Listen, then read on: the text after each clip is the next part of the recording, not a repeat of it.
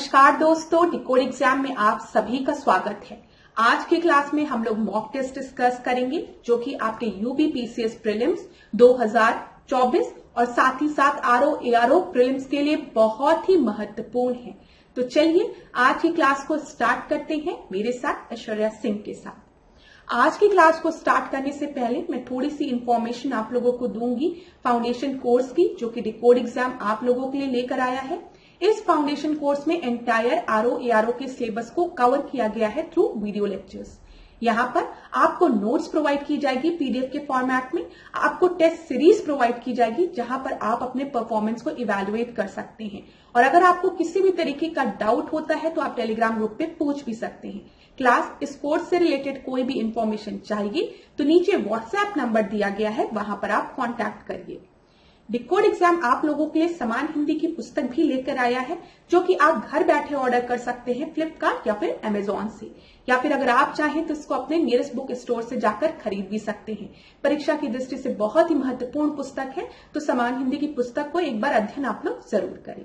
चलिए अब आज की क्लास को हम स्टार्ट करेंगे, लेकिन आज की क्लास के पहले हम एक छोटे से टॉपिक को डिस्कस करेंगे। वो इसलिए क्योंकि आप में से किसी स्टूडेंट ने कमेंट बॉक्स में पूछा था कि मैम ने क्लास में L+R क्या बोला था, मुझे समझ में नहीं आया। तो ये क्लास उसके लिए, ये वाली स्लाइड, ठीक है। देखिए, मैं जब आपसे डिस्कस कर रही थी तो मैंने कहा था आपसे कि जो गरीबी से रिलेटेड जो आपके कमीशंस थे उसको आप याद कर सकते हैं L+R से, जहां पे A स्टैंड फॉर द अलग committee, L stand for the Lakdawala committee, T stand for the Tendulkar committee and R stand for the Rangarajan committee. अब यहाँ पर आप ईयर भी याद रखिएगा, 1979 में अलग कमिटी आई थी, ठीक है। 1993 में आपका लकड़वाला कमिटी आई थी, 2009 में तेंदुलकर कमिटी आई और 2014 में रंगराजन कमेटी आई।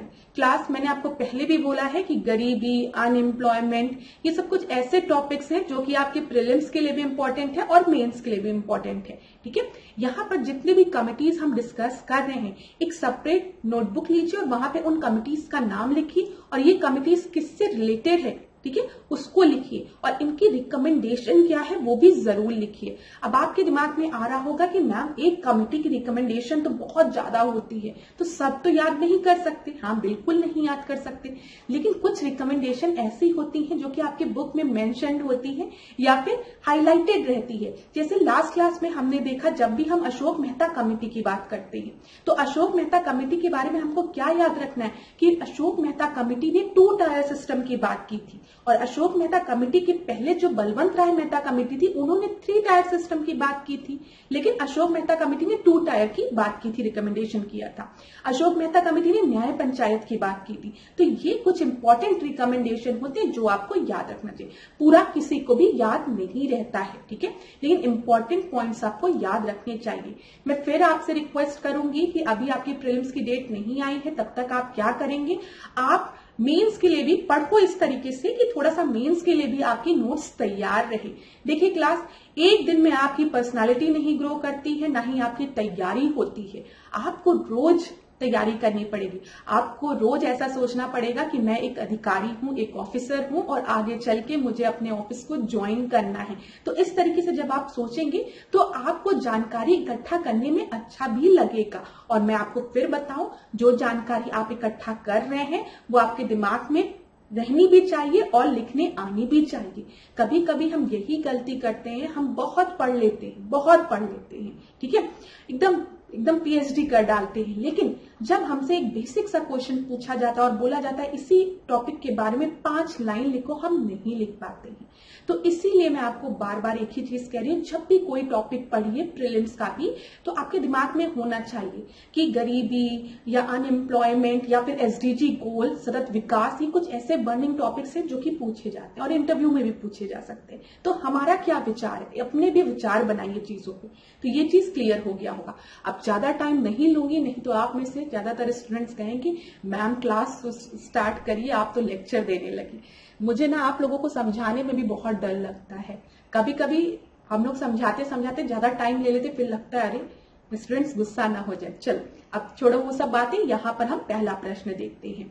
यहाँ पर देखिए, आपको ऑस्ट्रेलिया प्रोविंस की बात की गई है और कैपिटल सिटी की बात की गई है। ऑस्ट्रेलिया प्रोविंस में सबसे पहले न्यू साउथ वेल्स की बात की गई है, फिर क्वींसलैंड, विक्टोरिया और वेस्टर्न ऑस्ट्रेलिया। तो यहां पर हम इसको मैच करते चलते हैं। जब हम न्यू साउथ वेल्स की बात करते हैं, ठीक है, तो यहां पर इसका जो कैपिटल है वो क्या है, वो आपका सिडनी है, याद रखिएगा, ठीक है। क्वींसलैंड की बात करते हैं तो बेन, ठीक है, जो बहन है वही क्वीन होती है अपने भाई की, तो ब्रिस्बेन, ठीक है, याद रखिएगा, जो बहन है वो अपने भाई की क्वीन होती है, तो उसके लिए। तो यहां पर बी का फर्स्ट हो गया, बी का फर्स्ट और सेकंड ये, ठीक है। चलो यहाँ पे सी ऑप्शन दिख रहा है, लेकिन अभी हम और देखते हैं। विक्टोरिया की बात जब हम करेंगे तो मेलबर्न, ठीक है, मेलबर्न, तो सी का फोर्थ हो गया। और वेस्टर्न ऑस्ट्रेलिया की बात करेंगे तो पर्थ हो गया, तो यहां पर बी का थर्ड। तो इस प्रश्न का जो सही उत्तर है वो है आपका सी। अब इसको हम मैप में एक बार देख लेंगे। देखिए सी आपका सही उत्तर है। यहां पर देखिए मैंने आपको बताया ये ऑस्ट्रेलिया का मैप है। ऑस्ट्रेलिया से रिलेटेड प्रश्न परीक्षा में बहुत पूछे जाते हैं, तो एक बार इसको देखिए। ऑस्ट्रेलिया कॉन्टिनेंट को अगर हम देखेंगे तो इसको कुछ टेरिटरीज में आपके डिवाइड किया गया है। इधर आप देखेंगे तो ये क्वींसलैंड है, ठीक है। क्वींसलैंड कौन क्वीन है, बेन मेरी क्वीन है, तो ब्रिस्बेन, ठीक है, कैपिटल हो गया। न्यू साउथ वेल्स की अगर हम बात करेंगे तो न्यू साउथ वेल्स, तो यहाँ पे सिडनी हो गया। सिडनी तो आप लोग ने सुना ही होगा, ठीक है, सिडनी। याद रखिएगा सिडनी किधर की तरफ है, ऑस्ट्रेलिया में इधर की तरफ है, याद रखिएगा, ठीक है। फिर विक्टोरिया की बात करेंगे तो विक्टोरिया बॉन्ड, याद रखिएगा, तो यहाँ पे मेलबॉर्न, ठीक है, मेलबॉर्न, तो यहां पर हो गया विक्टोरिया मेलबॉर्न। फिर यहां पर देखिए साउथ ऑस्ट्रेलिया है, तो यहां पे एडिलेडे है, ठीक है। फिर यहां पर वेस्टर्न ऑस्ट्रेलिया की बात करेंगे तो इधर पर्थ है, और इधर हम नॉर्दर्न टेरिटरी की बात करेंगे तो डार्विन है। तो इतनी चीजें आपको याद रखनी है। अभी हम कुछ और इंपॉर्टेंट पॉइंट्स को डिस्कस करेंगे जो कि ऑस्ट्रेलिया से रिलेटेड है। इतना आपने याद कर लिया ना क्लास, ठीक है। ये प्रश्न आपका परीक्षा में रिपीट हो सकता है। अब देखिए क्या है, Darling Range is situated along which of the following coast of Australia, ठीक है, किस तरफ है आपका डार्लिंग रेंज, बताइए। तो अगर हम डार्लिंग रेंज को मैप में देखेंगे तो ये देखिए डार्लिंग रेंज आपकी इधर है, ठीक है। तो अब आप बताइए, ये ऑस्ट्रेलिया का मैप है, पूरा आपको दिख रहा है। यहाँ पे अगर आप देखेंगे, मैं इस मैप में आपको बताऊं तो इधर पर्थ की तरफ इधर आपको डार्लिंग रेंज मिलेगी, ये इधर की तरफ, ठीक है। तो अब आप मुझे बताइए ये कौन सा है, इधर नॉर्थ हो गया, देखिए इधर नॉर्थ हो गया, इधर साउथ हो गया, इधर ईस्ट हो गया, इधर वेस्ट हो गया ना। तो हम कह सकते हैं सदर्न वेस्ट में है आपका डार्लिंग रेंज, बताइए।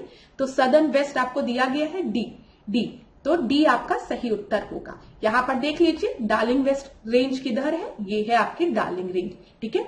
यहां पर पेपर में एक दो चीजें और जो पूछी जाती है उसको भी जरूर देखिए, क्लास रिवाइज कर लिए। यहां पर ऑस्ट्रेलिया की जब हम बात करेंगे तो ग्रेट डिवाइडिंग रेंज भी आप याद रखिएगा।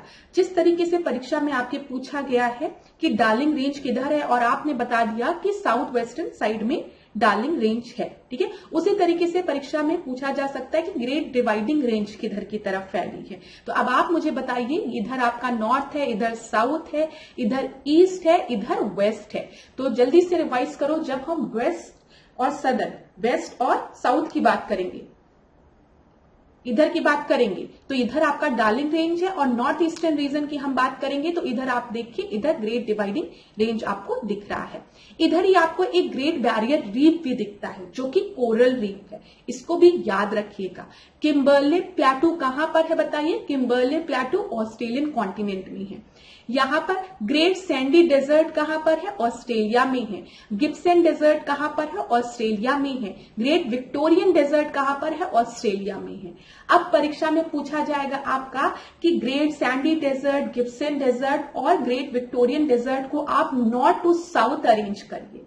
तो आप अपनी आंखों को बंद करिए और ऑस्ट्रेलिया के मैप को ड्रॉ करिए और याद करिए, सबसे पहले हमने किम्बरले प्लेटू ड्रॉ किया, उसके बाद हमने ग्रेट सैंडी डेजर्ट की बात की, फिर गिब्सन डेजर्ट की बात की, और फिर ग्रेट विक्टोरियन डेजर्ट की बात की। और विक्टोरियन डेजर्ट से थोड़ा सा हम इधर गए तो इधर डार्लिंग रेंज आ गया।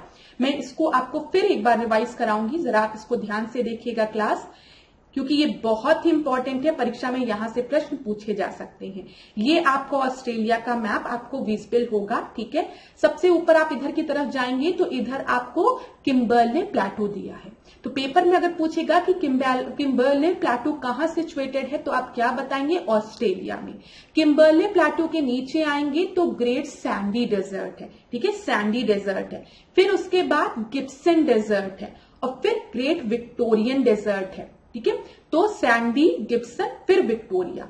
और इधर की तरफ आप मूव करेंगे तो इधर क्या है? डार्लिंग रेंज है। और इधर देखिए ये मैकडोनल्ड रेंज है, परीक्षा में पूछा जा सकता है, ठीक है। हैमरस्लेट रेंज भी यहीं पर है, इसको याद कर लीजिएगा क्योंकि परीक्षा में प्रश्न बनेगा। एक और तनामी डेजर्ट कहां पर है? तनामी डेजर्ट भी आपको ऑस्ट्रेलिया में है, ठीक है। ये चीज क्लियर हो गई होगी। ग्रेट डिवाइडिंग रेंज किधर है? ग्रेट डिवाइडिंग रेंज भी आपको ऑस्ट्रेलिया में है। और ग्रेट डिवाइडिंग रेंज के ऊपर हम देखेंगे तो यहां पर आपका ग्रेट बैरियर रीफ भी है, ठीक है। अभी सब चीज याद रहेगी धीमे धीमे।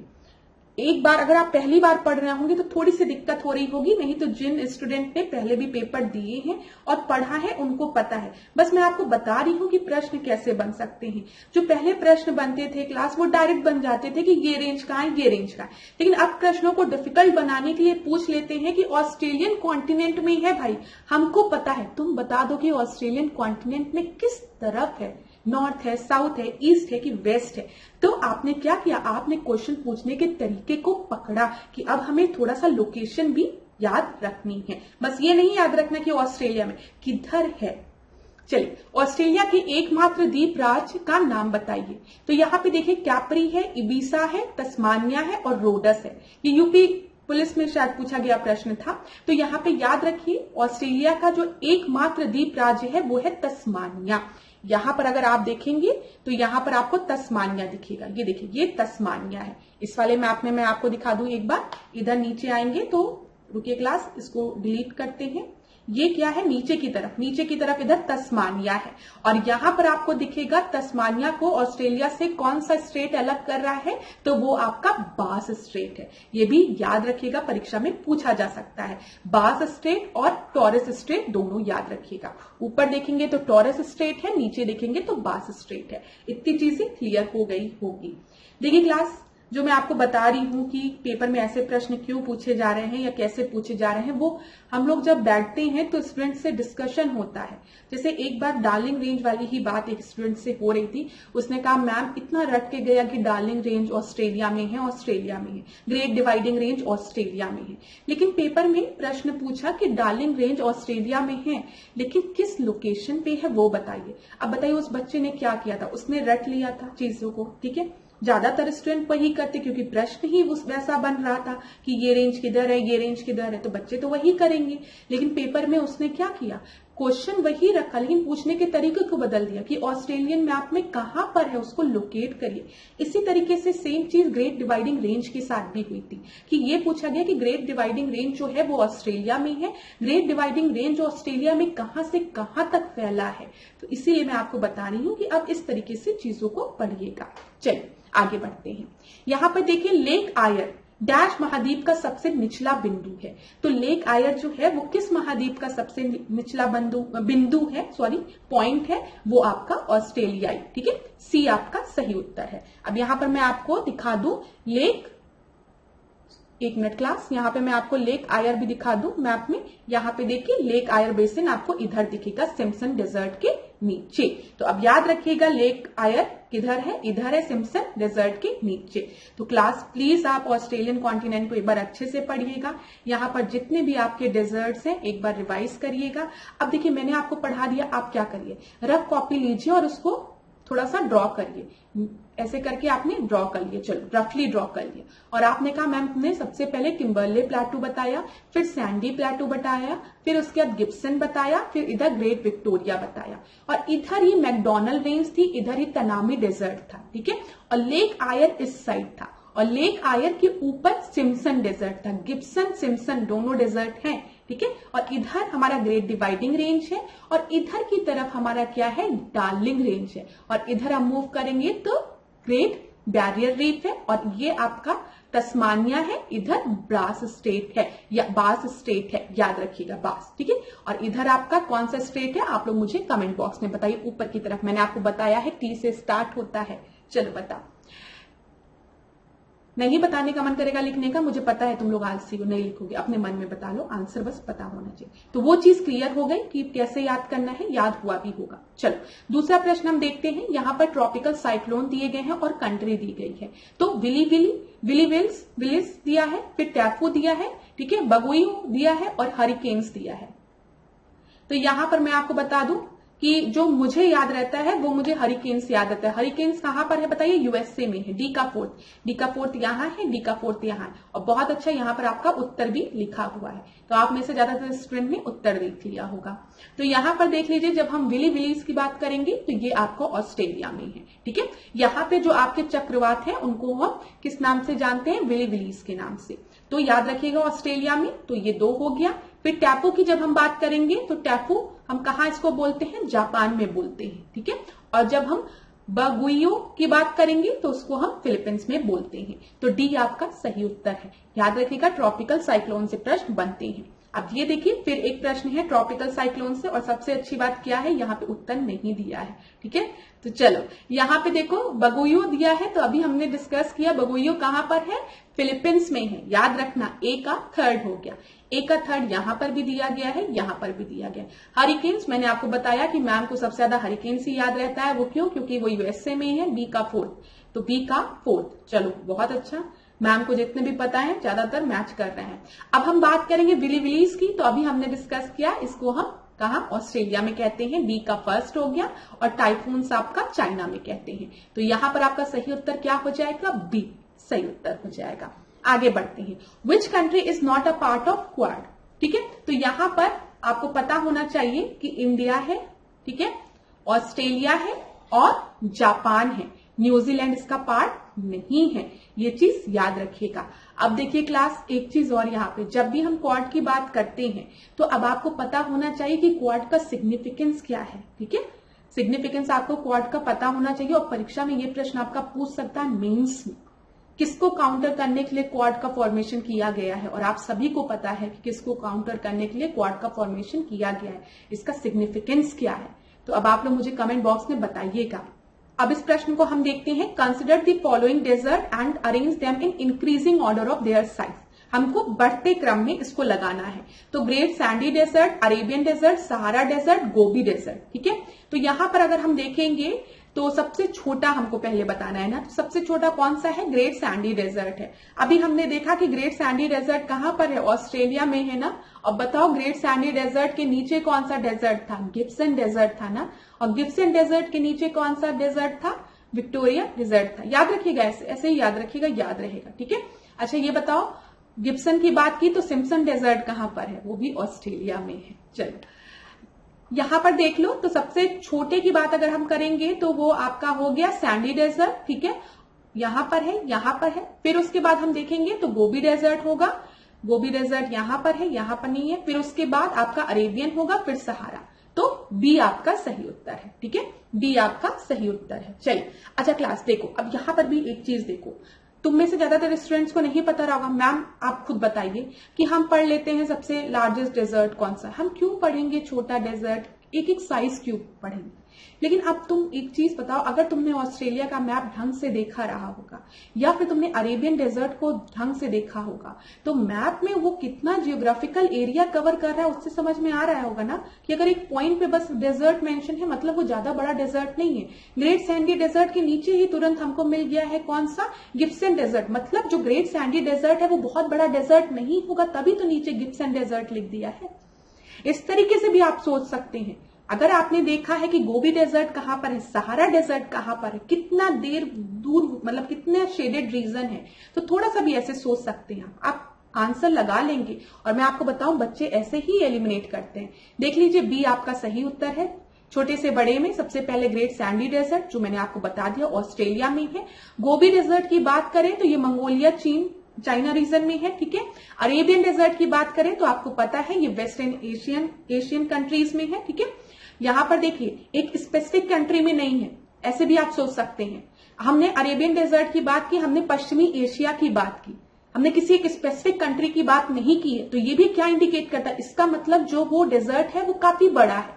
ठीक है, सहारा डेजर्ट की बात करते हैं तो ये उत्तरी अफ्रीका में है। चलिए यहां पर देख लेते हैं, desert dwelling elements are called, रेगिस्तान में आवास करने वाले जानवर क्या कहलाते हैं।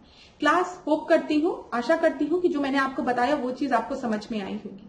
मैंने आपसे क्या कहा, जब भी हम किसी डेजर्ट की बात करते हैं, जैसे मैंने आपसे पूछा कि आप बताओ एक स्पेसिफिक रीजन का आपने नाम बताया, आपने मैप में देखा, तो आप उस तरीके से सोचने का तरीका मैंने आपको बताया कि आप ऐसे भी पेपर में सोच सकते हैं और ये सब चीजें काम आती है, क्योंकि स्टूडेंट्स ही ये सब चीजें बताते कि मैम सही बताऊं मुझे आता नहीं था, लेकिन जब ऐसे सोचा ना तो मुझे याद आया कि गिब्सन डेजर्ट के नीचे हमारा ऊपर ग्रेट सैंडी है, तो लगा कि छोटा ही डेजर्ट होगा। मैंने इस तरीके से मार्क किया, एलिमिनेट किया पेपर में, तो 2 ऑप्शन मेरे एलिमिनेट हो गए। तो इसमें मैंने थोड़ा सा अपना दिमाग और लगाया।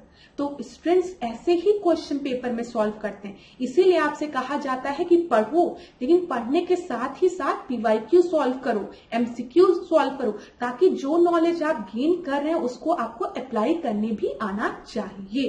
तो यही चीज होती है। अब देखिए डेजर्ट ड्वेलिंग एलिमेंट्स की बात हो रही है। अब यहां पर किसी को नहीं पता कि क्या होता है। अब आप बताओ, मैंने एक चीज और बच्चों से कही है, स्टूडेंट से, कि जब भी ऐसे प्रश्न आए जिसमें आपको समझ में नहीं आता तो एक काम क्या करो, हिंदी इंग्लिश दोनों में पढ़ लिया करो। कभी कभी हिंदी में ट्रांसलेशन में उसका उत्तर मिल जाता और कभी कभी आपको अंग्रेजी में।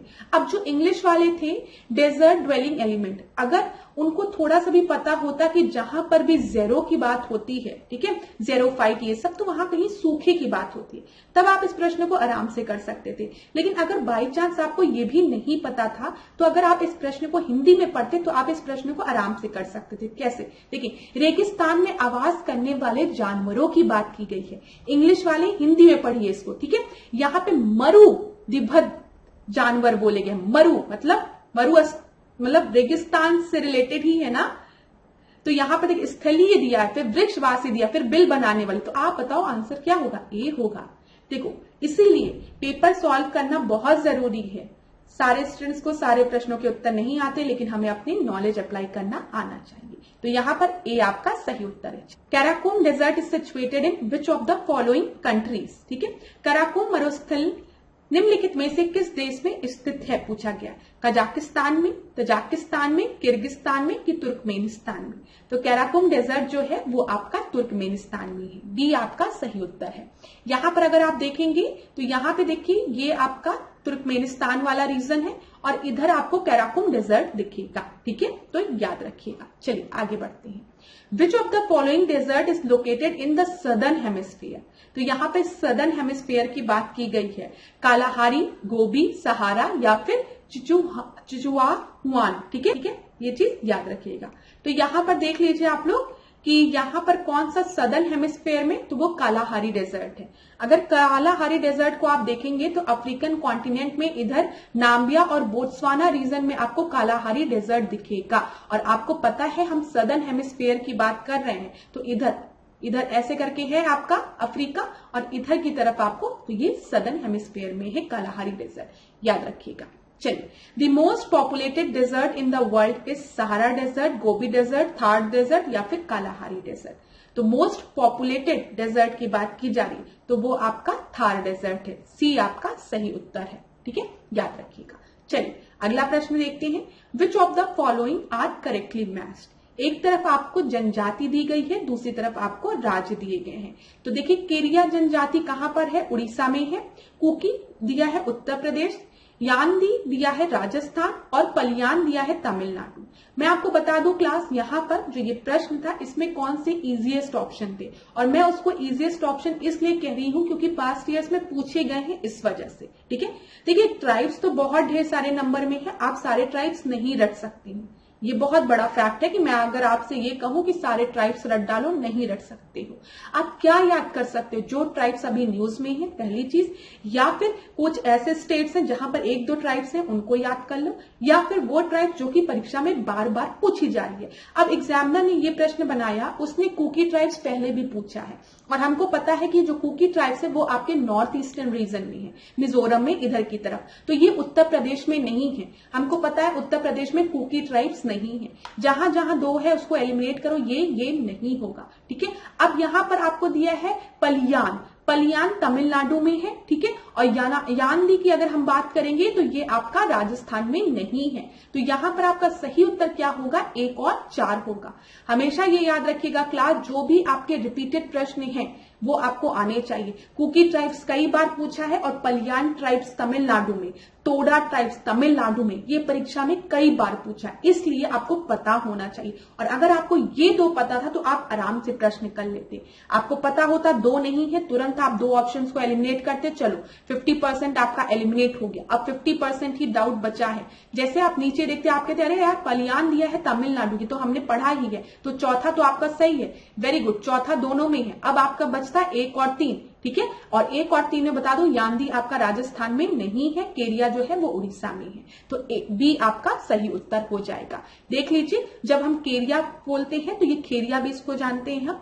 ये उड़ीसा में, बिहार में, छत्तीसगढ़ में, झारखंड में, मध्य प्रदेश, महाराष्ट्र, पश्चिम बंगाल में। कुकी आपके नॉर्थ ईस्टर्न रीजन में, त्रिपुरा, असम, मेघालय, मिजोरम, नागालैंड। ठीक है, यानदी की हम बात करेंगे तो ये आपका तेलंगाना और आंध्र प्रदेश रीजन में, और पालियान की बात करेंगे तो वो तमिलनाडु में। चीजें क्लियर हो गई होगी। चलिए आगे बढ़ते हैं। यहाँ पर which of the following is not correctly matched. स्थान दिया है और जनजाति दी गई है, तो चलिए हम देखते हैं। जनजाति दी गई है, ठीक है, आपको ट्राइब्स दिए गए हैं। तो यहाँ पर देखिए, स्वीडन और फिनलैंड में लैप्स एकदम सही है, ये भी परीक्षा में पूछा गया प्रश्न है पहले भी। अरब में अगर हम देखेंगे तो रुवाला एकदम सही है। ठीक है, बोर्नियो में हम देखेंगे तो पुनान एकदम सही है। ठीक है, अलास्का में आपको दिया है कोरियाक। जो ये कोरियाक ट्राइब्स है ना, ये अलास्का रीजन में नहीं, ये रशियन रीजन में, आपका रशिया वाले हिस्से में आपको मिलती है। ठीक है, तो यहाँ पे रशिया वाले रीजन में मिलती है, तो ये आपका गलत हो गया। और पूछा है कौन सा करेक्टली मैच नहीं है, तो ए आपका करेक्टली मैच नहीं है। यहाँ पर आप देख लीजिए, ये आपका क्या है, कोरियाक ट्राइब्स के बारे में लिखा है, और यहाँ पे आपको दिया है लैंग्वेज नोन, वो तो रशियन। चलिए, ये आपका यूक्रेन, रशिया इधर की तरफ आपको मिलता। तो चलिए इधर देखते हैं। यहाँ पर which of the following is not correctly matched बोला है। इधर ट्राइब्स दिया है, इधर लोकेशन दिए गए हैं। अंगामी ट्राइब्स आपके कहाँ पाए जाते हैं, नागालैंड में पाए जाते हैं, एकदम सही है। बिरहोर की हम बात करेंगे तो ये झारखंड में एकदम सही है। टोडा आपका तमिलनाडु में, टी से टोडा, टी से तमिलनाडु, याद रखिएगा, एकदम सही है। खस की अगर हम बात करेंगे तो ये अरुणाचल प्रदेश में नहीं पाए जाते हैं, ये आपके उत्तराखंड वाले रीजन में पाए जाते हैं। यहाँ पर देख लीजिए, खस जनजाति का मूल निवास उत्तराखंड, हिमाचल प्रदेश है। अंगामी जनजाति का नागालैंड है, बिरहोर झारखंड में, ठीक है, और टोडा तमिलनाडु में। तो उत्तर आपको क्लियर हो गया होगा। देखते हैं, which of the following tribes is not the native to the Andaman and Nicobar island.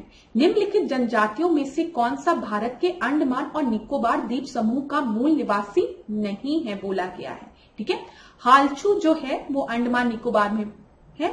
ठीक है, सही है एकदम। ओंजे की बात करेंगे, ये भी अंडमान निकोबार आइलैंड में पाए जाते हैं। सोमपेन की बात करेंगे तो ये भी अंडमान निकोबार आइलैंड में पाए जाते हैं। लेकिन जो रेंगमा है ये आपका अंडमान निकोबार में नहीं, ये नागालैंड में मिलते हैं। तो यहाँ पर नॉट द नेटिव, तो बी आपका सही उत्तर होगा। यहाँ पर देख लीजिए, ठीक है, जारवा दिया है आपको, ठीक है, जारवा अंडमान निकोबार में है, ओंजे अंडमान निकोबार में है, सोमपेन अंडमान निकोबार में, सेंटनीज जो है ये भी अंडमान निकोबार में है, हालचू आपका निकोबार जनजाति में पाया जाता है। जब हम रेंगमा की बात करते हैं ये नागालैंड में पाई जाती है। चलिए आगे बढ़ते हैं। Which of the following is not correctly match. फिर आपको इधर जनजाति दी गई है, इधर प्लेस दिया गया है। पिग्मी कॉन्गो, ठीक है, अंगामी नागालैंड एकदम सही है। एन्यू जापान, ठीक है, पिग्मी कॉन्गो बेसिन ये भी आपका सही है। किर्गिज दिया है आपको सूडान, ये आपका गलत है। ठीक है, डी आपका गलत है। तो यहाँ पर देख लीजिए, जब भी हम बात करते हैं यहाँ पे किर्गिज की, तो ये किर्गिज जनजाति जो है वो आपकी कहाँ पाई जाती है, ये मध्य एशिया में पाई जाती है, ना कि सूडान में। याद रखिएगा ये चीज। क्लास फिर से मैं आपको बता दूं, ट्राइब्स आपको हर जगह की पढ़नी है, वर्ल्ड की भी पढ़नी है, इंडिया की भी पढ़नी है, और यूपी की भी पढ़नी है, क्योंकि यूपी स्पेशल से भी प्रश्न बनता है। ठीक है, बहुत ही इंपॉर्टेंट टॉपिक है ये, तो पढ़िएगा जरूर। और इसको पढ़ने का यही तरीका है कि पास्ट ईयर्स में जितने भी ट्राइब्स आपके पूछे गए हैं आप उसको याद कर लीजिए, और जो करंट अफेयर में बार बार ट्राइब्स की बात आ रही है उनको पढ़ लीजिए। पूरा आप नहीं याद रख सकते, कोई भी नहीं याद रख सकता है। ट्राइब से रिलेटेड जो भी प्रश्न आते हैं वो ज्यादातर आते हैं कि मैच द कॉलम के फॉर्म में, कि इनको सुमेलित करिए या फिर कौन सा सही है कौन सा गलत है, इनमें से कौन एक सही है या फिर इनमें से कौन एक गलत है। इस तरीके के ही प्रश्न बनते हैं और आसानी से वो लग भी जाएंगे। तो पास्ट ईयर्स के पढ़िएगा जरूर। अब देखिए यहाँ पर क्या है, the provision of the 6th schedule of Indian constitution are applicable in which of the following state. मैंने आपको पहले भी बताया है, जब भी हम 6वें शेड्यूल की बात करेंगे तो आप याद रखेंगे नो मनी इन एटीएम। ठीक है, तो एटीएम में असम हो गया, त्रिपुरा हो गया, मेघालय हो गया, मिजोरम हो गया, लेकिन मणिपुर नहीं है। तो देख लीजिए, त्रिपुरा है, ठीक है, सिक्किम नहीं है, ठीक है, नागालैंड नहीं है, ऑल ऑफ द अबव भी नहीं होगा। तो क्या दिया है, the provision of 6th schedule of Indian constitution are applicable in which of the following state. Tripura इसका सही आंसर होगा। चलिए आगे बढ़ते हैं। देखिए, मैच द कॉलम है, फिर इधर जनजाति दी गई है, इधर क्षेत्र दिया गया है। अच्छा, हमने 6th शेड्यूल की अचानक से बात क्यों की, क्योंकि 6th शेड्यूल में जो असम, त्रिपुरा, मेघालय और आपका इधर मिजोरम वाला रीजन है, यहाँ पे हम 6th शेड्यूल में शेड्यूल्ड ट्राइब एरिया की बात करते हैं। चलिए यहाँ पे देखिए, जनजाति दी गई है, तो अभी किर्गिज दिया है, बुशमैन दिया है, एन्यू दिया है और बद्दू दिया है। ठीक है, एन्यू आपका जापान में है, तो सी का फर्स्ट एक ही जगह दिया गया है। चलो हम और भी देखते हैं। जब हम बात करते हैं किर्गिज की, तो अभी हमने देखा है कि ये सेंट्रल एशिया रीजन में पाए जाते हैं, बुशमैन कलाहारी डेजर्ट में, बी का पोर्ट, और बद्दू जो है वो आपका अरब में। तो यहाँ पर आपका सही उत्तर क्या हो जाएगा, सी आपका सही उत्तर होगा। क्लास जरूर पढ़िएगा इसको एक बार। अब देखो यहाँ पर फिर आपको जनजाति दी गई है, स्टेट दिया गया है, तो चलो मेरे साथ बोलते रहो। टोडा कहाँ पर है, तमिलनाडु में, टी से टोडा, टी से तमिलनाडु। लेप्चा कहाँ पर है, सिक्किम में। लिम्फू कहाँ पर है, सिक्किम में, याद रखना। तो ये ऐसे हो गया और ये तमिलनाडु इधर हो गया। ठीक है, गारो, खासी, जैंतिया, ये सब आपका मेघालय से रिलेटेड है। बिरहोर की बात करेंगे तो झारखंड में। ठीक है, मैच हो गया, बहुत आसान था। आगे बढ़ते हैं। यहां पर देखिए, जनजाति और क्षेत्र दिए गए। बिरहोर अभी हमने डिस्कस किया, कहां पर है बता दो जल्दी से, झारखंड में, ए का फोर्थ। ठीक है, और टोडा तो हमने कितनी बार डिस्कस किया है, टी से टोडा, टी से तमिलनाडु। सी का सेकंड, ए का फोर्थ, सी का सेकंड, ए का फोर्थ, सी का सेकंड, ए का फोर्थ। ठीक है, और कहीं नहीं दिया, सी का थर्ड दिया है। तो ये वाला ए वाला ऑप्शन आपका सही होगा, लेकिन हम और भी देख लेते हैं। जब हम भूटिया की बात करें तो भूटिया आपका कहां पर है, सिक्किम में है। ठीक है, और सेंट हेलेंस जो है वो कहां पर है, अंडमान निकोबार आइलैंड में, याद रखिएगा। तो चीजें क्लियर हो गई। भूटिया बताइए कहां पर है आपका। चलिए, भूटिया जो है बी का आपका क्या है, थर्ड है।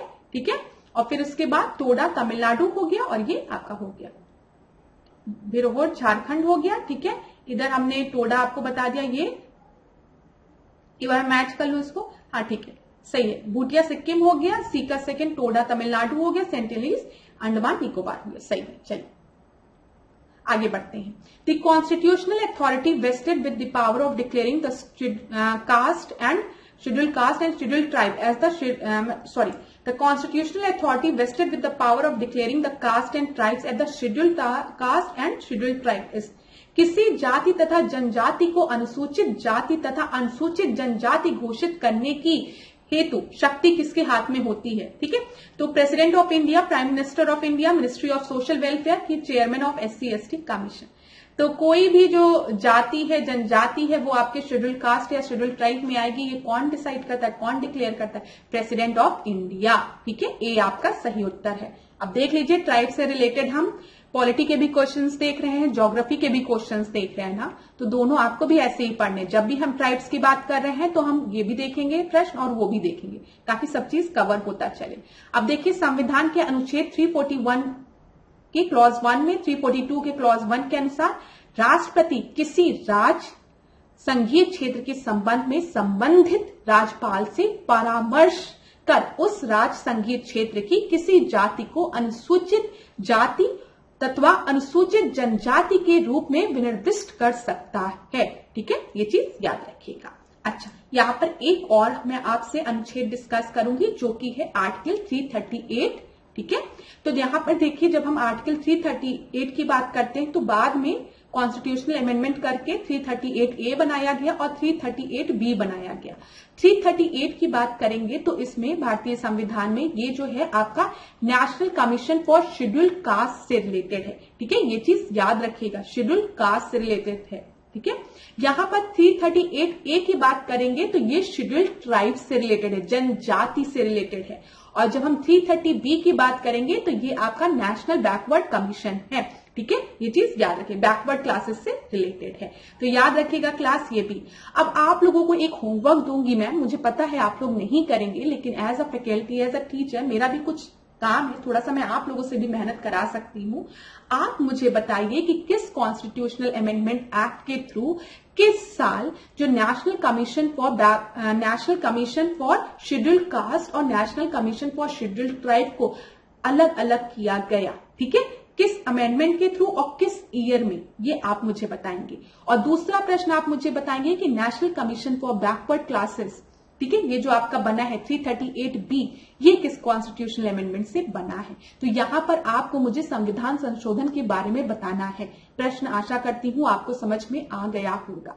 क्लास अगर कोई भी डाउट होता है तो बता दिया करो। आप में से एक दो स्टूडेंट्स ने लिखा था कि मैम स्लाइड्स में प्रश्न सही से पढ़ नहीं पा रहे हैं। देखिए क्लास में पूरा प्रयास करती हूँ कि बड़े उतना फॉन्ट साइज बड़ा रखूं ताकि चीजें आपको समझ में आए, लेकिन अगर कहीं से भी कोई कमी रह जाती है तो आप मुझे क्वेश्चन नंबर मेंशन कर दिया करिए कि मैम इस क्वेश्चन को हम नहीं पढ़ पा रहे थे सही से, हमको नहीं समझ में आ रहा, आप नेक्स्ट क्लास में भी इस प्रश्न को कवर कर लीजिए, तो उसको मैं कवर कर लूंगी। देखिए अगर आपका एक जेन्युइन कमेंट होगा, मुझे लग रहा होगा कि हाँ इस स्टूडेंट को प्रॉब्लम है, तो उसको मैं क्लास में जरूर कवर करूंगी, ठीक है, उसकी चिंता आप लोग नहीं करेंगे। और थोड़ा सा इस समय पढ़ाई पे फोकस करिए, कोई भी प्रॉब्लम होती है तो वो आप पूछ सकते हैं। यहाँ पर आप लोग प्लीज मुझे बताइएगा, आप में से अगर एक दो स्टूडेंट्स भी मुझे बता देंगे कि किस संविधान संशोधन द्वारा ये सब चीजें की गई है, तो मुझे लगेगा कि आप लोग पढ़ाई कर रहे हैं, वो मुझे पता चल जाएगा कि कितने लोग पढ़ रहे हैं, कितने लोग नहीं पढ़ रहे हैं। हम और आप एक दूसरे को कमेंट के माध्यम से ही जान सकते हैं, और कभी हो सकता है कि इसी बहाने हम लोग थोड़ा सा हमें जानकारी मिले कि हमारा ये स्टूडेंट हमसे पढ़ रहा है या उसको यहाँ पे दिक्कत हो रही है, तो हमें जानकारी इसी के माध्यम से मिलेगी, तो ये चीज याद रखिएगा। तो provision for the appointment of National commission for SC and ST has been made in the constitution under article, देखिए वही है कि हम SC ST कमीशन की बात कर रहे हैं, तो किस आर्टिकल में दिया गया है, आर्टिकल 338 में और आर्टिकल 338A में। तो याद रखेंगे आप, जो 338 है वो SC से रिलेटेड है और 338A जो है वो ST से रिलेटेड है, जनजाति से। अगला प्रश्न हम देखते हैं, ये भी आपका ट्राइब से रिलेटेड है। यहाँ पे आपको ट्राइब्स दी गई है फुलानी, बंटू, मसाई और नूबा, और यहाँ पर आपको दिया गया है जो फुलानी ट्राइब है वो वेस्टर्न अफ्रीका में है, बंटू ट्राइब सहारा में है, मसाई ट्राइब ईस्ट अफ्रीका में है और नूबा ट्राइब सूडान में है।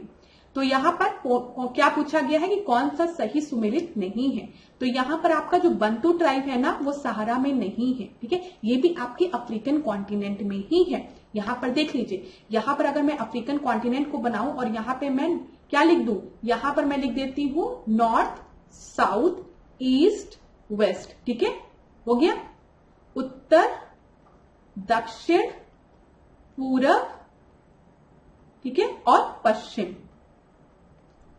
तो यहां पर देख लीजिए आप, जब हम बात करते हैं फुलानी ट्राइब्स की, देखिए क्लास इसको मैंने जानबूझ के ऐसे ड्रॉ किया है क्योंकि मैं आपको एक चीज बताना, ये पूरा अफ्रीकन कॉन्टिनेंट की हम बात कर रहे हैं। अब हम बात कर रहे हैं फुलानी ट्राइब की, तो फुलानी ट्राइब आपका कहाँ है, पश्चिमी अफ्रीका में है, तो पश्चिमी अफ्रीका में है तो इधर आपका फुलानी ट्राइब है, ठीक है।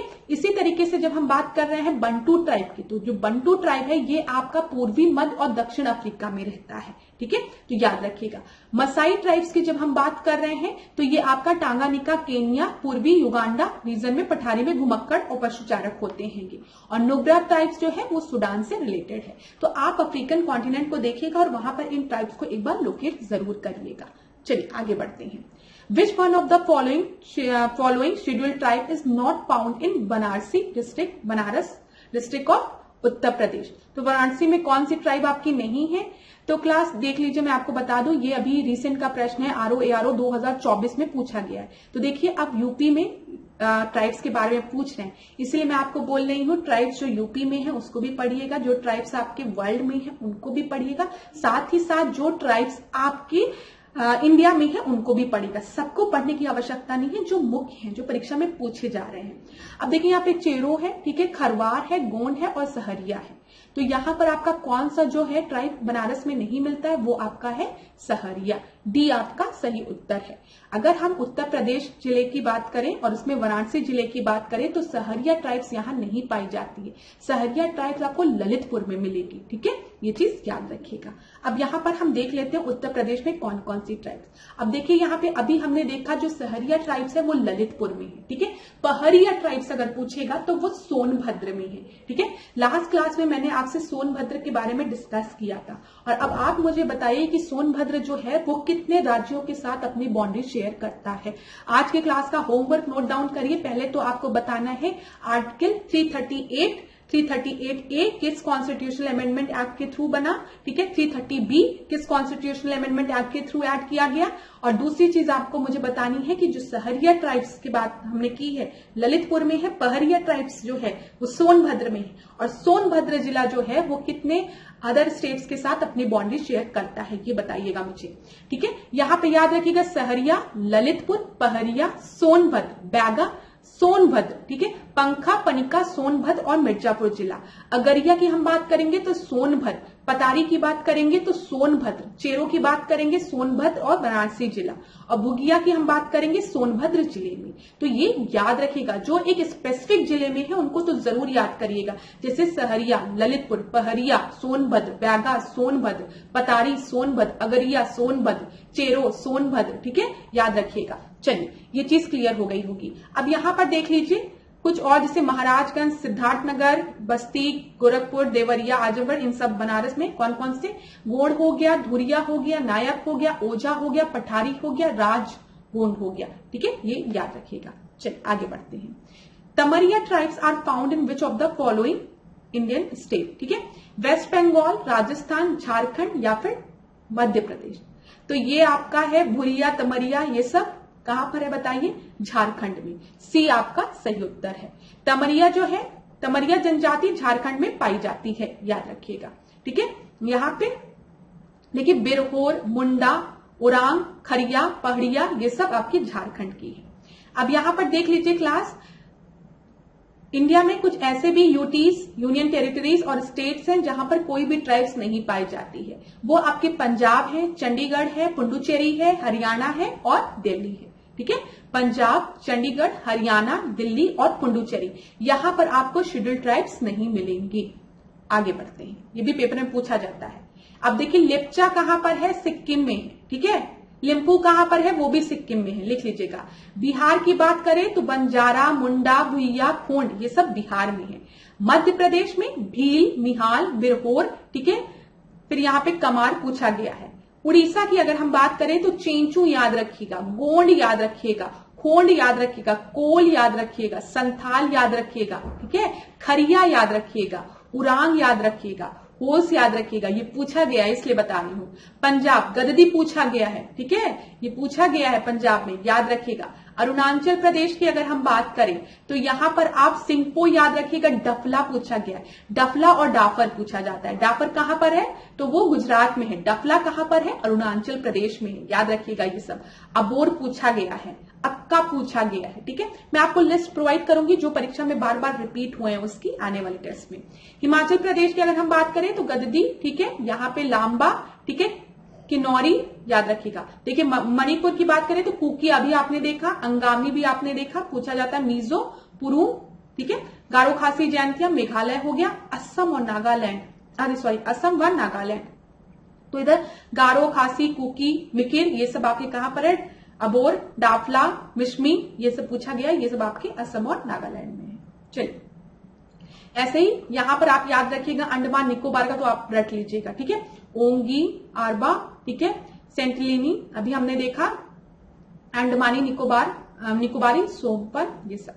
चलिए आगे बढ़ते हैं। अब यहाँ पे कुछ और प्रश्नों को हम देखते हैं। राज दिया गया है, राजवंश दिया गया है। एक तरफ आपको स्टेट दिए गए हैं, डायनेस्टी दिए गए। गोलकोंडा में कुतुबशाही डायनेस्टी है, एकदम सही है।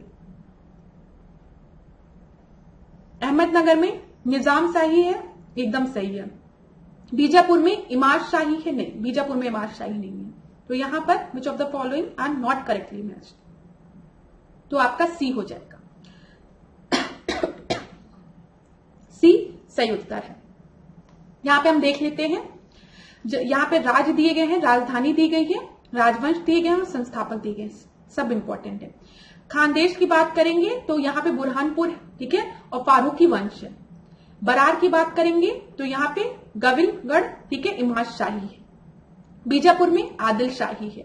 अहमदनगर में निजाम शाही है। गोलकोंडा में कुतुब शाही है। बीदर में बरीद शाही है, याद रखिएगा। और संस्थापक के नाम भी जरूर याद रखिएगा, मैंने पहले भी बोला है, इसको आपको याद रखना है। चलिए आगे बढ़ते हैं। अब यहां पर किसान सभा दिया है, एस्टैब्लिशमेंट ईयर दिया है, जो कि मैंने पास्ट 2 टेस्ट से रिवाइज कराया है आपको। उत्तर प्रदेश किसान सभा, अब तो रट गया होगा, कहां पर है बता दो, जल्दी से रिवाइज करो। कब स्टैब्लिश हुई है? 1918 में। सबसे पहले यहां पे उत्तर प्रदेश ने इसको यूनाइटेड प्रोविंस किसान सभा लिखना चाहिए, ठीक है, ये चीज याद रखिएगा, यूनाइटेड प्रोविंस, क्योंकि उस समय उत्तर प्रदेश नहीं था। तो 1918 में। अवध किसान सभा की बात करेंगे तो वो 1920 में, 2 साल बाद। बिहार किसान सभा की बात करेंगे तो 1929 में, ठीक है। ऑल इंडिया किसान सभा की बात करेंगे तो 1936 में। तो इसको मैच करते हैं, तो एक आपका क्या हो गया बताइए जल्दी से? 2 हो गया, 2 जगह दिया गया है। अवध किसान सभा की बात करेंगे तो 1920, 1 हो जाएगा, ठीक है। और बिहार की बात करेंगे तो 1929, और ये ठीक है, तो सी आपका सही उत्तर है। आगे बढ़ते हैं। अच्छा, यहां पर देख लीजिए, उत्तर प्रदेश किसान सभा 1918, गौरी शंकर मिश्र और इन नारायण द्विवेदी। अवध किसान सभा की हम बात करेंगे तो बाबा रामचंद्र का नाम आप याद रखेंगे। बिहार किसान सभा की हम बात करेंगे तो स्वामी सहजानंद सरस्वती का नाम याद रखेंगे। और इसी तरीके से जब हम ऑल इंडिया किसान सभा की बात करेंगे तब भी आप स्वामी सहजानंद की नाम, सरस्वती का नाम याद रखेंगे और एनजी रंगा का नाम याद रखेंगे। और 1936 में इसका गठन कहां पर हुआ था ये याद रखिएगा, लखनऊ में, ठीक है। चलिए आगे बढ़ते हैं। बारदौली सत्याग्रह के संदर्भ में निम्नलिखित कथनों में से सत्य कथन चुने, ठीक है। इस सत्याग्रह के समय भारत का जो वाइसरॉय था वो लॉर्ड रीडिंग था। दूसरा है, इस सत्याग्रह में महिलाओं ने भाग नहीं लिया था। तो क्लास यहां पर जो दोनों ही स्टेटमेंट आपको बारदौली सत्याग्रह से रिलेटेड दिए गए हैं कि उस समय जो आपका वाइसरॉय था लॉर्ड रीडिंग था, ये आपका गलत है, और महिलाओं ने इसमें भाग लिया था, इस वजह से ये स्टेटमेंट भी गलत है। इसमें क्या पूछा गया है? निम्नलिखित में से कौन से सत्य कथन है? तो डी उत्तर होगा, ना 1 सही है ना 2 सही है, ठीक है। बारदौली सत्याग्रह जो था वो 1928 में हुआ था, और सरदार वल्लभ भाई पटेल को, मतलब वल्लभ भाई पटेल को ये जो सरदार की उपाधि है ना, ये बारदौली की महिलाओं द्वारा ही दी गई थी। तो जो कि इंडिकेट करता है कि बारदौली सत्याग्रह में महिलाओं ने हिस्सा लिया था, ठीक है। और इस समय जो आपका वॉइसरॉय था 1928 के समय, वो लॉर्ड इरविन था, ठीक है, याद रखिएगा। चलिए आगे बढ़ते हैं। Arrange the following event of modern Indian history in chronological order. Chronological order में इसको अरेंज करना है। यंग बंगाल मूवमेंट की अगर हम बात करें तो हेनरी विविन लीज टेरियोजा का नाम याद रखिएगा। ये यंग बंगाल मूवमेंट जो है वो 1828 में हुआ था। होम रूल लीग मूवमेंट की बात करेंगे तो आप बताइए 1916 के समय की बात है ये, ठीक है। एनी बेसेंट और बाल गंगाधर तिलक। फिर उसके बाद कामागाटा मारू प्रकरण की बात करेंगे तो ये 1913 जब आपकी गदर पार्टी आती है, और 1914 के समय की बात है ये, ठीक है। और दिल्ली बम केस राज बिहारी घोष, और ये आपका 1912, ठीक है। तो यहाँ पे अरेंज करिए। सबसे पहले आपका क्या हो जाएगा? पहला हो जाएगा, उसके बाद आपका 4 हो जाएगा, फिर 3 होगा, फिर 2 होगा। तो 1 4 3 2। तो इस प्रश्न का उत्तर क्या हो जाएगा? सी हो जाएगा। अगला प्रश्न हम देखते हैं। मध्य पाषाण कालीन स्थलों के संदर्भ में निम्नलिखित कथनों में से सत्य कथन का चयन करें। बागौर मध्य पाषाण कालीन गुजरात में स्थित है। मध्य पाषाण कालीन स्थल लंगनाज का उत्खनन बीबी लाल द्वारा किया गया था। क्या बोला गया आपको? इसमें के कौन से सत्य कथन है? तो यहाँ पर क्लास दोनों ही गलत कथन है, ठीक है। तो नीदर 1 नॉर 2, तो डी आपका सही उत्तर होगा। हम देख लेते हैं। बागौर की अगर हम बात करेंगे तो बागौर आपका कहां पर दिया गया है? गुजरात दिया गया है ना, गुजरात में नहीं है। कहां पर है? राजस्थान में है, ठीक है। और अगर हम बात करेंगे लंगनाज की तो ये मध्य पाषाण कालीन स्थल है जो कि गुजरात में स्थित है और इसका जो उत्खनन है वो एसडी संकालिया द्वारा किया गया है, ना कि यहाँ पे क्या दिया गया था आपका बीबी लाल द्वारा। ठीक है, ये चीज याद रखिएगा। अच्छा, अगर परीक्षा में आपसे पूछे कि जो बागौर है उसका उत्खनन किसके द्वारा किया गया था तो आप बताएंगे बीएन मिश्र द्वारा। ठीक है, चलिए आगे बढ़ते हैं। Thank you class. अब क्वेश्चन समाप्त हो गए हैं आज के सेशन की। आशा करती हूँ आज की क्लास आपको अच्छी लगी हो। अगर किसी भी तरीके का डाउट होता है तो कमेंट बॉक्स में पूछिए।